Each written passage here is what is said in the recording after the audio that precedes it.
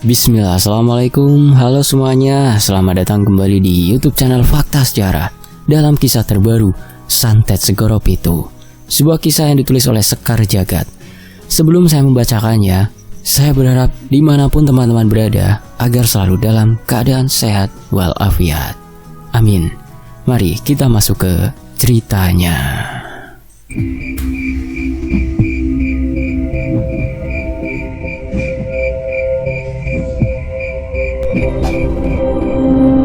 Li, tolong angkat kepala ibu pelan-pelan, jangan sampai kena perutnya. Suara Siti parau, matanya merah karena kurang tidur. Ia menahan nafas setiap kali kain popok di tangan kirinya menyentuh kulit perut ibunya yang tampak memar. Roni mengangguk, tangannya gemetar. Kok baunya kayak busuk, Mbak? Gumamnya, menahan nafas sambil memegang sisi kasur agar ibunya tidak terguling. Sudah, diam dulu, sahut Siti berusaha tegar. Akan tetapi, pandangannya tak bisa lepas dari perut Mur Siti yang naik turun dengan nafas berat. Luka di sisi kiri masih tertutup perban, tapi di sisi kanan tampak lembab, meneteskan cairan hitam pekat ke kain kasur. Rumah mereka di kampung Pamahan itu terasa lebih dingin dari biasanya. Angin sore membawa suara ayam dan anak-anak bermain di kejauhan. Tapi di ruang tamu itu, waktu seperti berhenti. Siti menelan ludah. Tangannya yang memegang kain terasa kaku. Ia perlahan menarik popok yang menempel di pangkal paha ibunya. Saat kain itu terlepas, Siti sontak saja menutup mulut. Ada sayatan memanjang di dekat kemaluan. Jahitannya rapi, tapi warnanya kebiruan, seperti bekas luka lama. Ia tidak tahu dari mana datangnya luka itu, karena tak satu pun dokter menjelaskan bahwa bagian itu juga dioperasi. Roni, kamu lihat ini, bisiknya pelan. Adiknya menunduk dan wajahnya langsung pucat. Mbak, itu bukan bekas operasi bisul kan? Siti menatap luka itu lama sebelum menjawab dengan suara bergetar. Entahlah, tapi di rumah sakit tidak ada yang bilang soal ini. Beberapa hari sebelumnya, semuanya terlihat biasa. Ibu mereka hanya mengeluh sakit di bagian pantat. Katanya seperti bisul yang tak pecah-pecah. Awalnya, keluarga hanya mengoleskan salep dari apotik, tapi nyerinya malah bertambah. Karena khawatir, Siti memutuskan membawanya ke IGD, Rumah Sakit Hastin, Karawang. Di ruang tunggu rumah sakit itu, Mur Siti duduk di kursi roda. Mukanya pucat, tapi matanya masih sempat menatap Siti dan berkata, "Cuma bisul kecil, nanti juga sembuh." Siti menggeleng. Udah bu, biar dokter yang periksa, takutnya infeksi.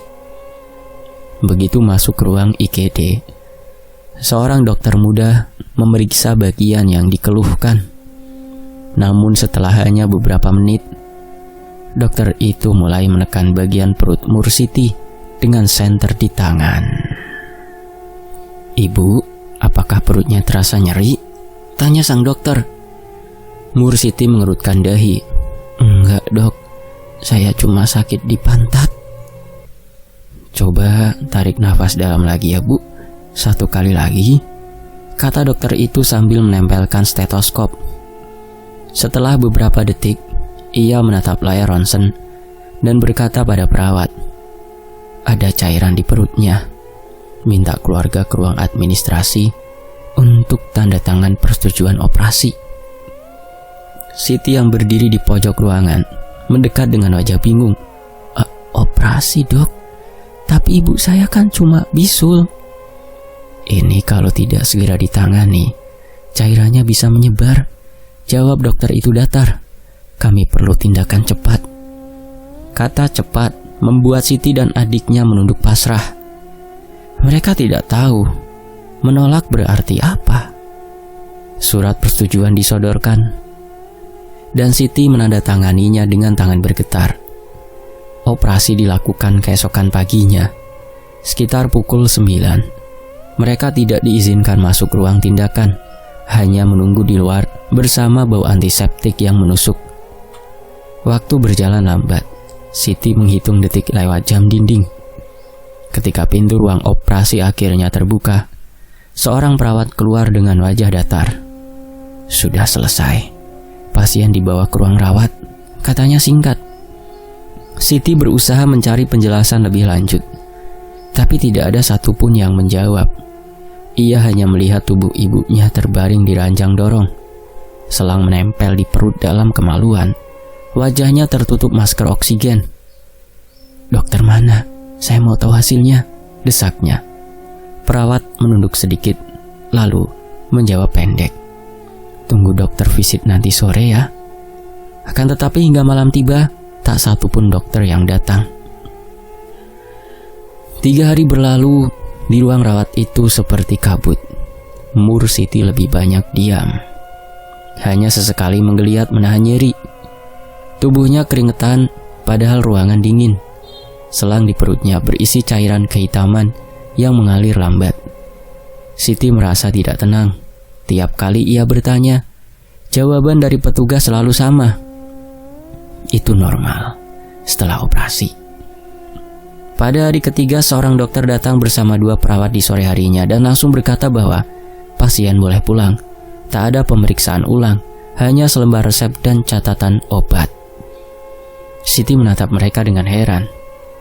"Apa ibu saya sudah benar-benar sembuh?" "Ya, ini tinggal proses pemulihan," jawab dokter itu sambil menulis sesuatu tanpa menatap wajahnya. Roni menatap Siti ragu, tapi akhirnya mereka menuruti saran itu dan membawa ibunya pulang. Rumah mereka kecil tapi hangat. Saat tubuh Mur Siti dibaringkan di ruang tamu yang dijadikan kamar sementara, suasana seolah berbeda. Udara di sekitar tempat tidurnya terasa berat. Bau obat dan darah samar menempel di dinding. Siti duduk di samping ibunya, mengganti perban di perut kiri. Saat membuka lapisan kasa, matanya terbelalak. Luka itu bukan seperti bekas operasi yang ia bayangkan. Lebarnya hampir sebesar genggaman tangan, merah tua, dan di tepinya tampak kulit mengelupas, seperti terbakar air panas. Dari sisi kanan keluar cairan kental berwarna hitam, menetes perlahan ke kain kasur. "Ibu, kenapa ini warnanya kayak gini?" tanyanya lirih. Mur Siti hanya menatap kosong ke langit-langit, bibirnya bergerak, tapi tak ada suara keluar. Roni menatap dari sudut ruangan. "Mbak, jangan disentuh dulu, nanti infeksi." "Aku cuma mau bersihin sedikit," saut Siti pelan. Ia menyeka cairan itu dengan tisu, tapi ketika lapisan tipis itu terangkat, muncul aroma seperti karat. Ia tertegun. "Bau apa ini, Li?" Roni menelan ludah. "Kayak besi, Mbak," ujarnya pelan. Malam itu mereka berdua tak tidur. Ibu mereka terus mengerang lirih. Tangan kanannya sesekali meraba perut sendiri, seolah mencari sesuatu. "Jangan digaruk, Bu, nanti luka lagi," ucap Siti sambil menahan tangan ibunya. Mur Siti menoleh perlahan, menatap anaknya dengan mata merah lembab. "Kenapa perut ibu berarti? Kayak ada yang jalan di dalam." Siti terpaku. "Maksudnya apa, Bu?" "Kayak ada yang nabrak-nabrak dari dalam," lanjut Mur Siti dengan nada lemah. Nafasnya tersengal. Siti dan Roni saling pandang. Mereka tidak tahu harus menjawab apa. Keesokan harinya, Siti nekat kembali ke rumah sakit, membawa hasil foto ronsen dan catatan operasi. Ia menunggu hampir 1 jam sebelum bisa bertemu petugas administrasi. "Maaf, Bu, saya mau tanya, kenapa di catatan operasi ibu saya tidak disebutkan ada luka di kemaluan, padahal di tubuhnya jelas ada bekas jahitan?" Petugas itu menatap sekilas tanpa ekspresi. "Itu prosedur standar. Kadang ada tindakan tambahan untuk mengeluarkan cairan.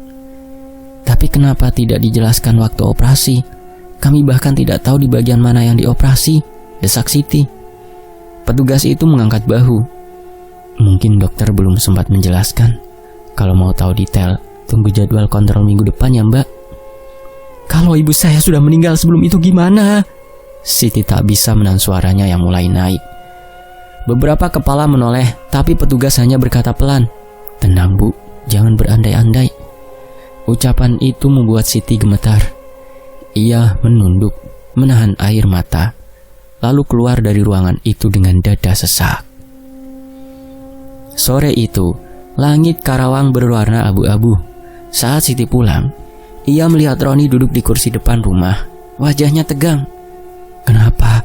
Ibu kenapa, Li?" tanya Siti cepat. Roni hanya menunjuk ke dalam. Tadi ibu ngomong sendiri Mbak.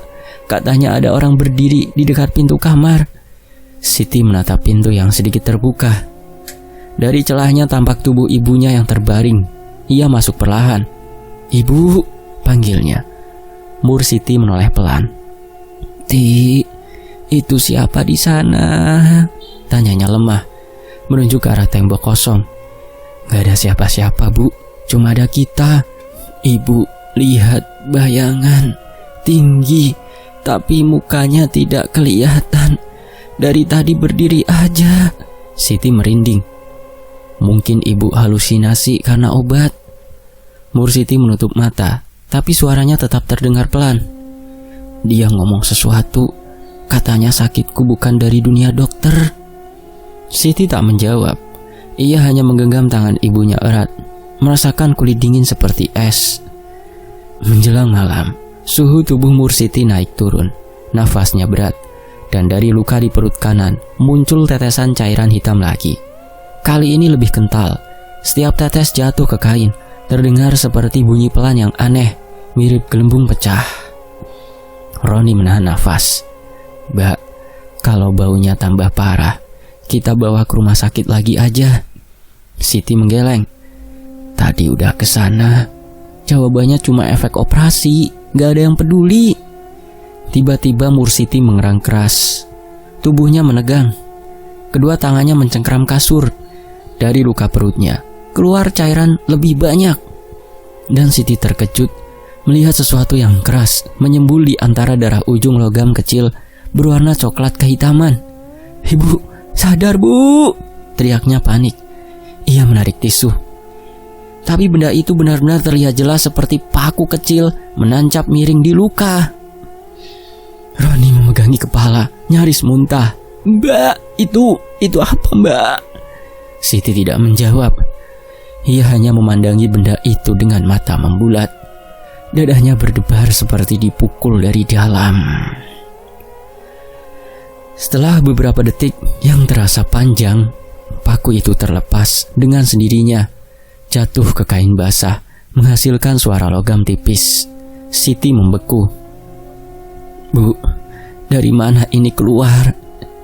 Mur Siti membuka mata, memandang kosong. "Aku tidak tahu, tapi perut ibu terasa longgar sekarang." Suara itu begitu datar, seperti keluar dari seseorang yang sudah kehabisan tenaga untuk merasa takut. Malam berjalan pelan. Siti duduk di samping ibunya sambil menatap benda itu di tangan. Paku kecil berkarat, ujungnya bengkok, seolah sudah lama terpendam di sesuatu. Ia ingin percaya bahwa itu cuma kebetulan, tapi tidak ada penjelasan logis yang masuk akal. Roni tertidur di kursi, tubuhnya meringkuk. Siti memandangi wajah ibunya yang pucat. Nafasnya tersengal-sengal. Sesekali terdengar desis halus dari luka di perut. Suara itu seperti udara keluar dari sela-sela logam panas. "Ibu masih sakit?" tanya Siti pelan. Mur Siti membuka mata sedikit. "Tidak tahu, tapi ada suara di dalam perut, kayak sesuatu bergerak pelan." Siti memegang tangan ibunya lebih erat. "Jangan mikir macam-macam dulu Bu. Nanti kalau besok belum baikan, kita cari rumah sakit lain." Ibunya diam. Matanya menatap langit-langit rumah, seolah mengikuti sesuatu yang tak terlihat. Siti menatap arah pandangan itu. Tak ada apa-apa di sana. Hanya lampu redup yang berayun pelan diterpa angin dari ventilasi. Namun entah kenapa, udara di ruangan itu terasa berat. Ia mencoba mengatur nafas, tapi tiba-tiba terdengar suara kecil dari luka itu lagi, seperti gesekan halus, lalu desisan samar, panjang dan pelan, membuat bulu kuduknya berdiri. Siti menatap perut ibunya. Cairan hitam itu masih keluar, tapi kini warnanya lebih pekat, seperti oli. Ia mengusapnya dengan kapas dan untuk sesaat, ia merasa sesuatu yang keras bergerak di bawah kulit. Ia menahan jeritanya. "Bu." Mursiti tidak menjawab. Matanya tetap menatap ke atas, kosong, tanpa kedipan. Siti meraba nadi di pergelangan tangannya. Masih ada denyut, tapi sangat lemah. Dari luar rumah, suara jangkrik terdengar lirih. Waktu seperti menahan nafas. Siti memandangi ibunya lama, lalu memalingkan wajah sambil berdoa pelan. Akan tetapi, sebelum kalimat doanya selesai, terdengar lagi suara itu, desisan samar dari luka. Lalu sesuatu menetes ke lantai dengan bunyi lembut. Siti menatap ke bawah. Titik hitam pekat membentuk lingkaran di ubin, dan dari sana muncul bau logam yang kuat. Ia tidak tahu harus berbuat apa, hanya menatap tubuh ibunya yang bergetar pelan. Kulitnya dingin, matanya tetap terbuka ke arah langit-langit. Kemudian sang ibu menutup matanya perlahan, nafasnya sedikit memburu.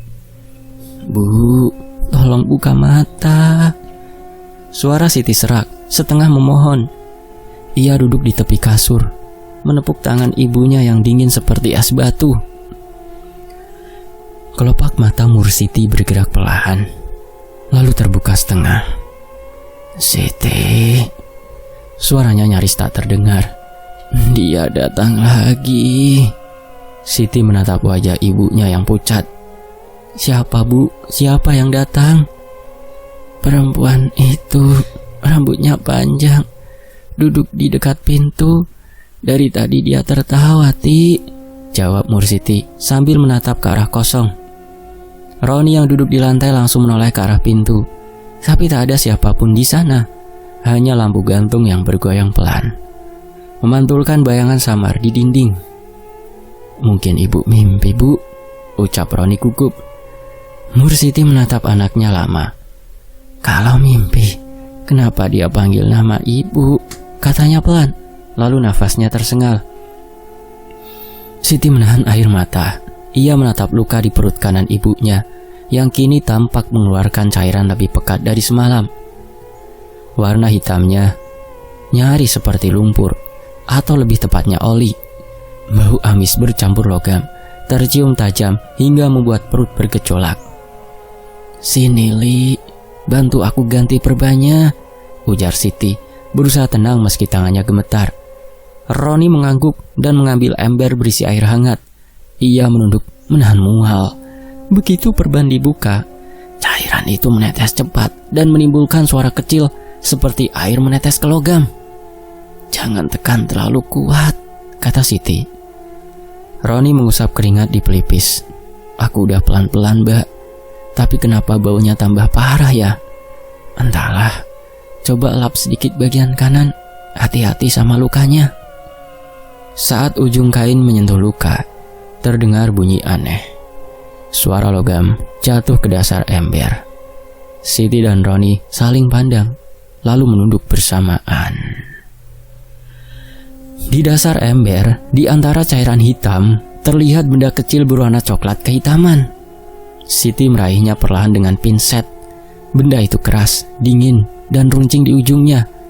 Ia menatapnya lama, lalu menelan ludah. "Roni, ini paku lagi." Suaranya nyaris bergetar. Adiknya terbelalak. "Paku? Dari mana?" Siti menggeleng. "Tadi gak ada. Ini keluar barusan." Keduanya diam beberapa detik. Hanya suara kipas angin yang berputar pelan terdengar di antara mereka. Ibu tahu ini apa?" tanya Siti pelan. Mursiti menatap benda itu sekilas, lalu mengeleng pelan. "Tidak tahu." Ia berkata dengan suara yang dalam, nyaris tak terdengar. Siti menatap adiknya, lalu meletakkan paku itu di atas kain putih di meja kecil. Kita panggil Bu Rika aja, suruh lihat. Aku tidak mau bilang halu. Tak lama Bu Rika, tetangga sebelah rumah, datang bersama 2 warga lain. Begitu mereka melihat kondisi Mursiti, wajah mereka berubah pucat. "Ya Allah, Ti, ini dari tubuh ibumu?" tanya Bu Rika, menatap paku yang diletakkan di meja.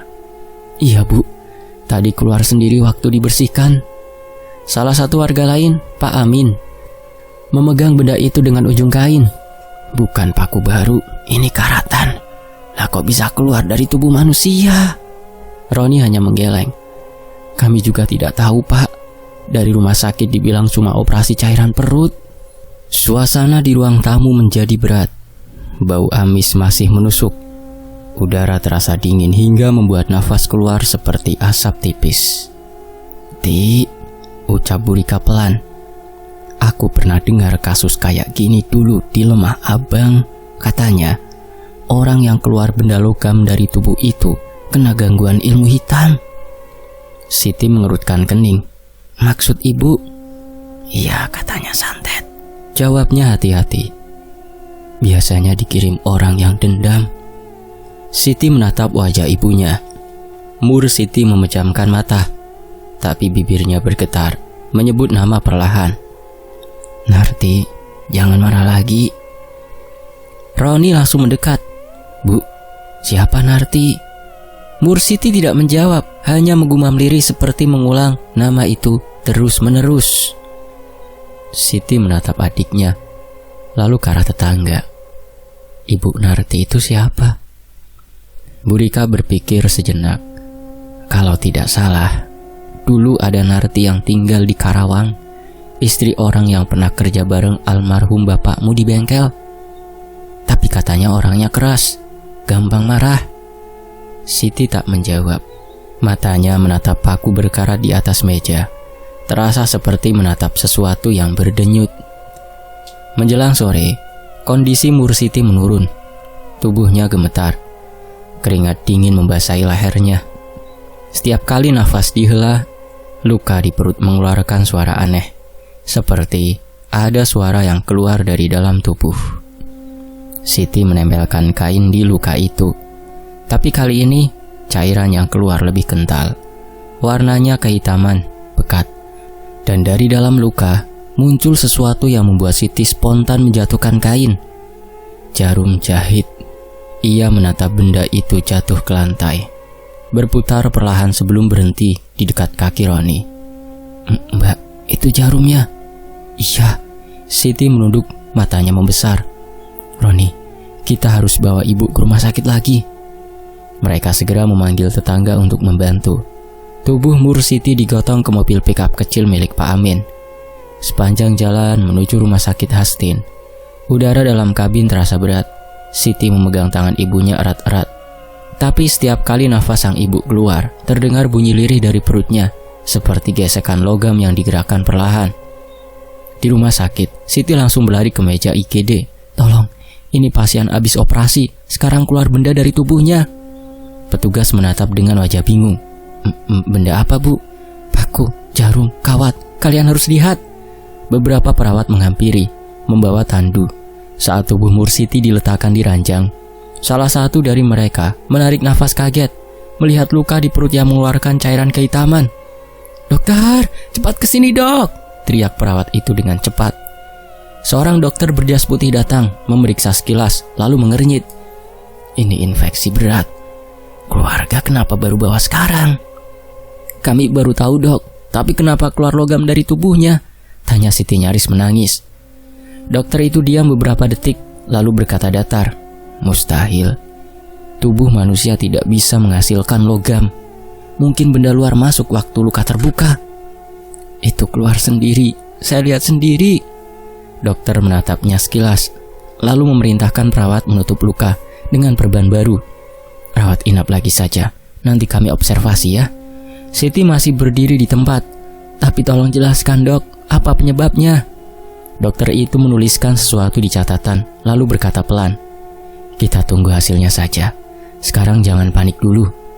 Siti menatapnya dengan pandangan kosong. Ia tahu jawaban itu hanya cara halus untuk menghindar. Saat perawat membantu menutup luka, salah satu dari mereka berbisik pelan di telinganya.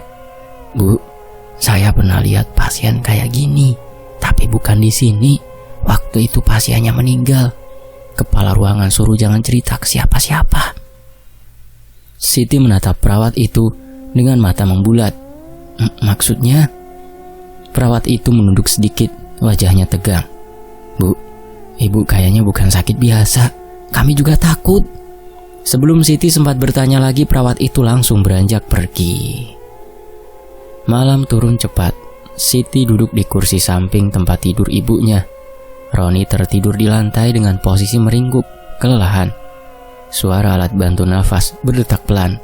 Lampu ruangan temaram. Di antara bunyi mesin infus, Siti mendengar sesuatu yang aneh. Gumaman lirih dari arah ibunya. "Ibu ngomong apa?" tanyanya pelan. "Narti." Suara itu keluar perlahan, seolah memanggil seseorang yang tak terlihat. "Kenapa kamu kejar aku lagi?" Siti berdiri, tubuhnya menegang. "Bu, Narti itu siapa? Ibu kenal." Siti memejamkan mata, tapi air mata mengalir di sudut pipinya. "Dia istrinya Pak Riko. Dulu ibu khilaf, Ti, tapi aku sudah minta maaf." Siti mematung. Ia baru mendengar nama itu setelah bertahun-tahun. "Ibu jangan ngomong dulu, nanti capek," ucapnya cepat, tapi hatinya berdebar keras. Siti justru menatapnya dengan pandangan kosong. "Dia kirim sesuatu dari Laut Selatan." Siti menelan ludah. "Laut apa, Bu?"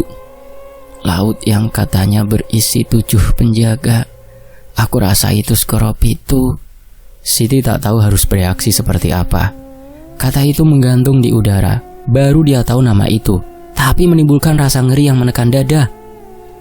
Beberapa jam kemudian, tubuh Siti kembali kejang.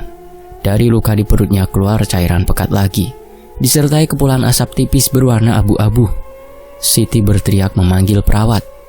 "Apa yang terjadi lagi?" tanya dokter panik ketika masuk.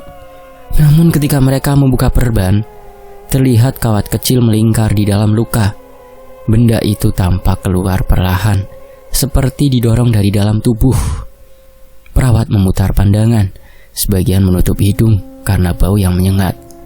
"Ambil pinset," perintah dokter. Akan tetapi, begitu alat itu menyentuh kawat, Siti berteriak keras, tubuhnya menegang. "Jangan sentuh, sakit!" Siti menahan tangannya. "Bu, sabar, sebentar aja, Bu." Namun, tangisan Siti berubah menjadi rintihan panjang.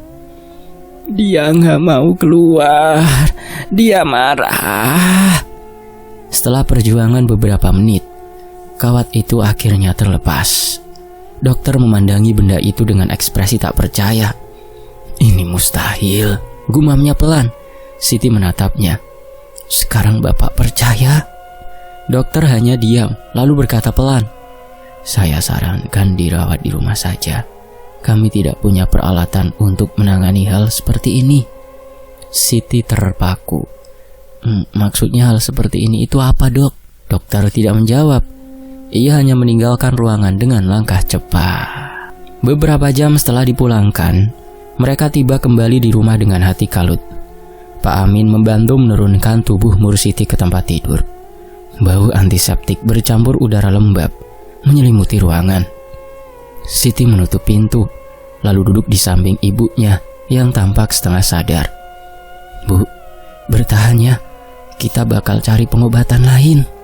Tiba-tiba tangan Siti bergerak, mencakar perutnya sendiri dengan kasar. "Bu, jangan!" Siti menahan tangannya. Tapi ibu itu berteriak keras. "Iya di sini, keluarin dia." Roni ikut memegang bahunya. "Ibu tenang, itu cuma luka operasi." Teriakan berhenti mendadak. Dari luka di perut, kembali keluar cairan hitam pekat. Kali ini baunya lebih tajam, menusuk seperti logam terbakar. Dari sela luka, asap tipis naik perlahan, membuat udara di sekitar kasur terasa berat dan pengap. Siti menutup hidung, matanya berair.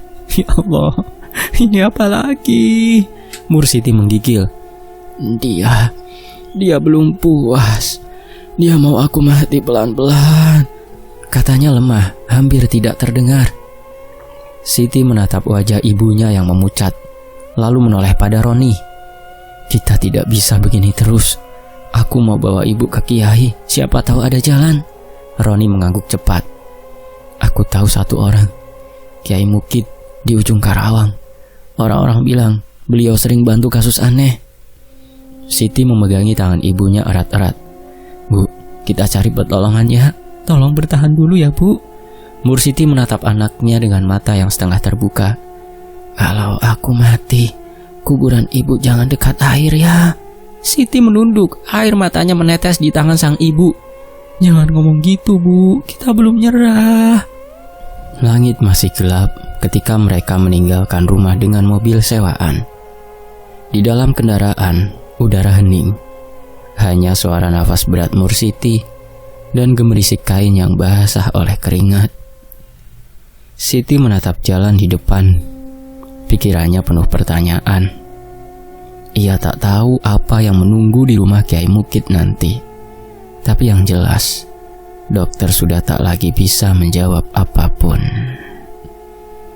Roni yang menyetir menatap kaca depan dengan mata lelah. Mbak, katanya lirih.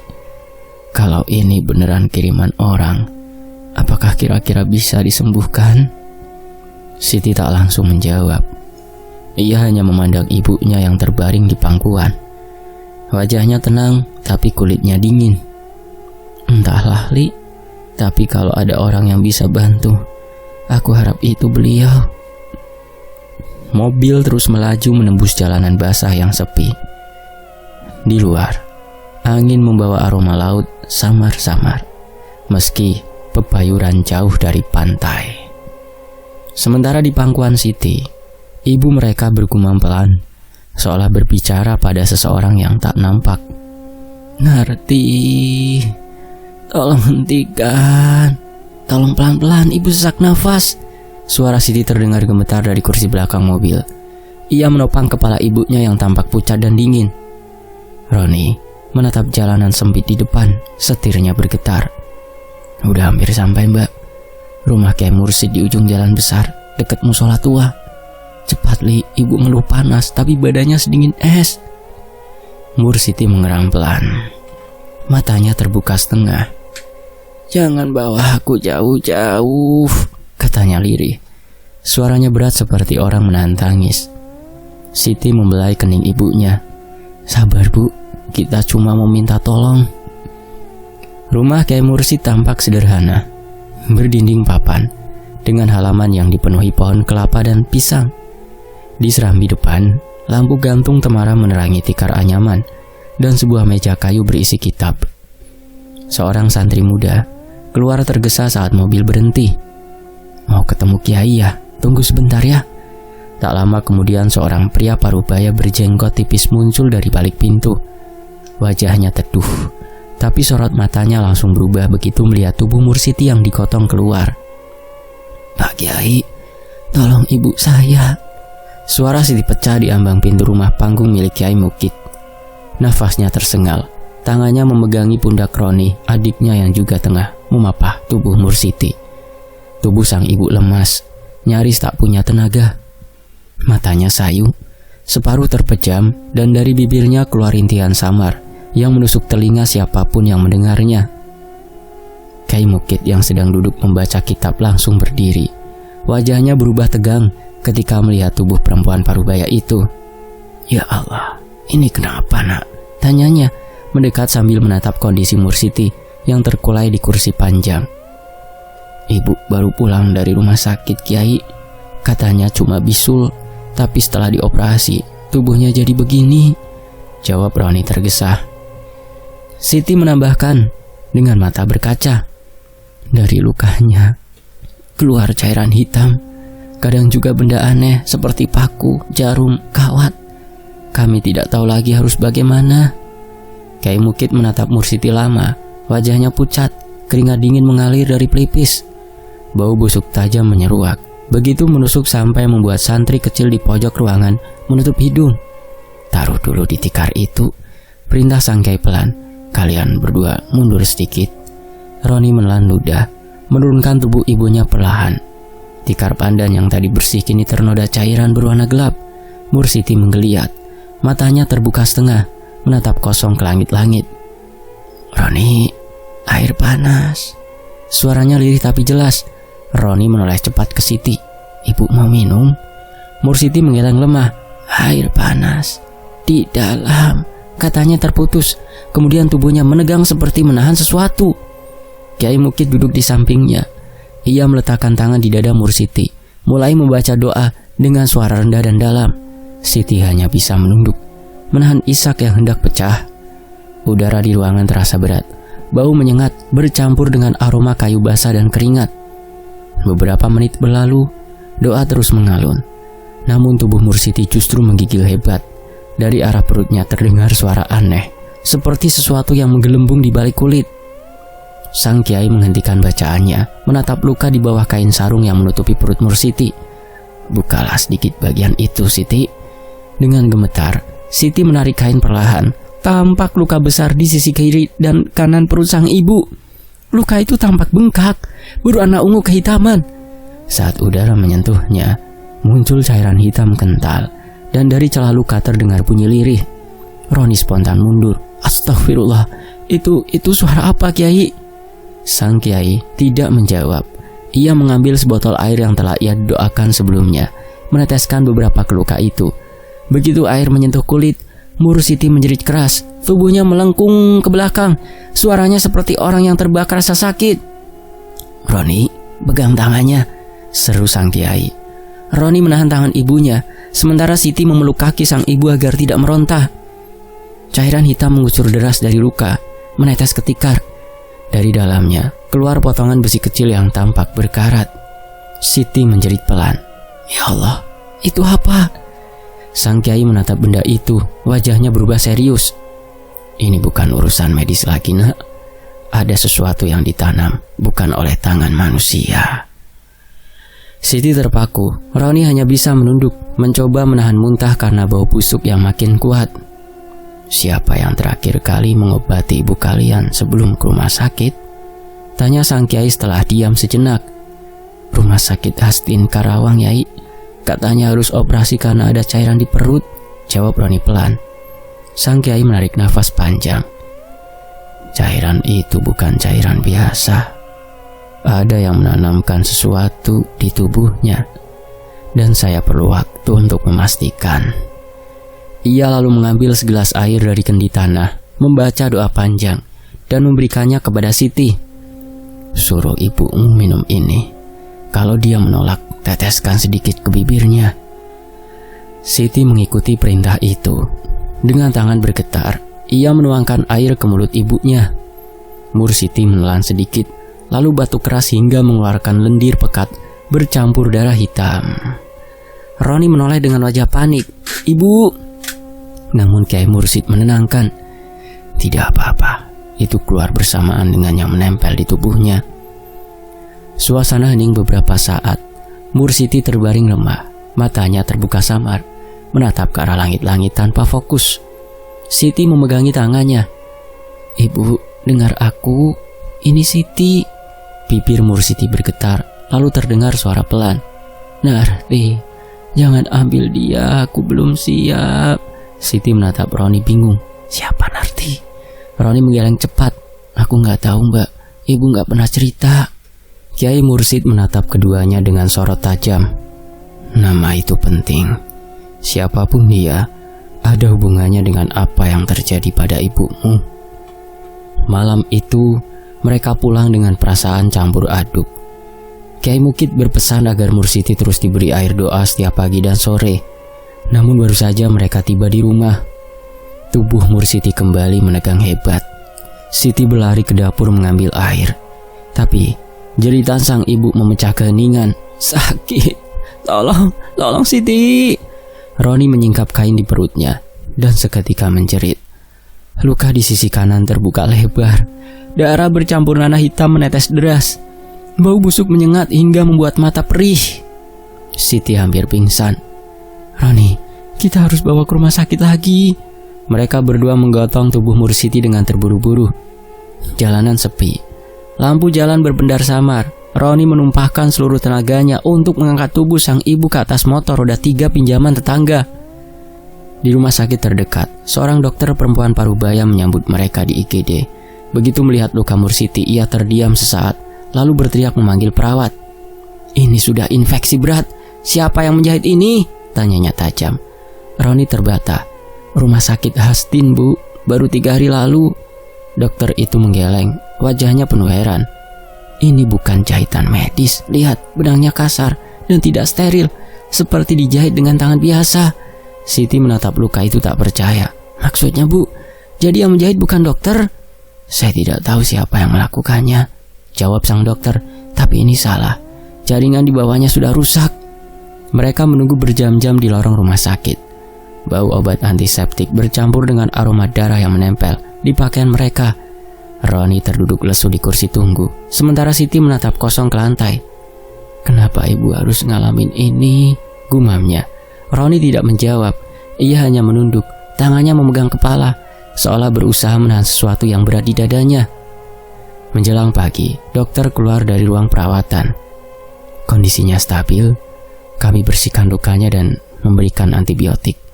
Tapi saya tetap tidak mengerti kenapa di dalam perutnya bisa ada benda logam kecil. Itu bukan benda medis." Siti menegakkan tubuhnya. Benda logam? Iya, kecil-kecil, seperti seproyan paku.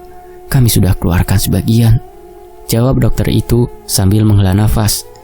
"Kalian harus waspada. Jika cairan hitam keluar lagi, segera bawa ke sini." Beberapa hari kemudian, Mursiti tampak sedikit lebih baik. Suaranya mulai terdengar lagi, meski tubuhnya masih lemah. Ia dibawa pulang dengan harapan bisa beristirahat. Namun sore itu, saat Siti sedang menyiapkan bubur, terdengar suara ibunya dari kamar. "Siti, tolong!" Ia berlari masuk dan melihat ibunya duduk di ranjang. Matanya merah, kulitnya pucat seperti kertas. "Ibu, kenapa?" Mursiti menatap Siti lama. "Dia datang lagi." "Siapa, Bu?" "Perempuan itu, Narti." Roni yang baru masuk langsung mendekat. "Ibu ngomong apa? Siapa Narti, Bu?"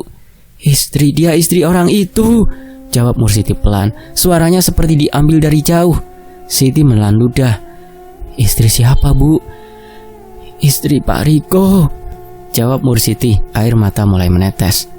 "Aku dulu khilaf. Aku goda suaminya." Roni mundur selangkah.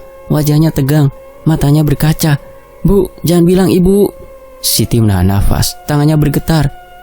"Ibu, kenapa baru sekarang cerita?" Mursiti menggigit bibirnya.